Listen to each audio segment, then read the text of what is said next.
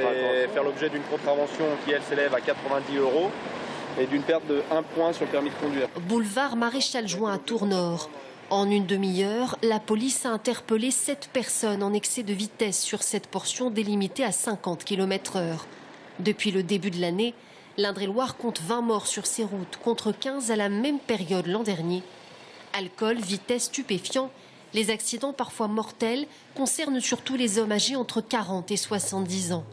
Le préfet a décidé de serrer la vis en cette période estivale et festive.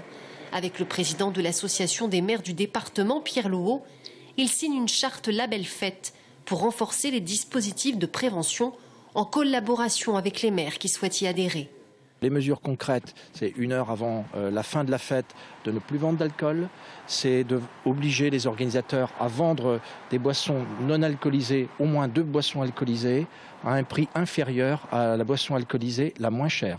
Vous voyez, ce sont des exemples comme ça. C'est aussi celui de désigner un référent local, un élu, c'est-à-dire un membre du conseil municipal, qui soit en charge de la prévention routière et notamment des aspects consommation d'alcool et de boissons non alcoolisées pendant les fêtes lorsqu'elles sont organisées dans la commune. Donc ce sont des engagements réciproques que le maire prendra avec l'organisateur pour que la fête soit réussie. Les axes Tours-Loge, Tours-Chinon, Tours-Langeais ou encore Tours-Amboise sont les routes départementales les plus accidentogènes du département, sous haute surveillance de la préfecture.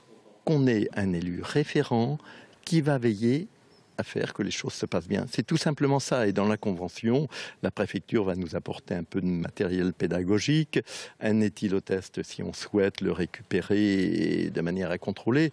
Et moi, j'ai eu l'occasion de tester le festival de blues avec la prévention routière. Et je puis vous dire que c'était parfaitement bien compris par les gens parce qu'on les informe à l'arrivée avant qu'ils n'aient bu et au retour on leur dit attendez, si vous conduisez il faut souffler avant de partir. Donc des choses toutes simples quand même. Le préfet a été très clair, il n'hésitera pas à sanctionner les débitants de boissons qui persisteront à ne pas respecter leurs obligations, notamment celle d'afficher l'interdiction de vente d'alcool aux mineurs en fermant leurs établissements.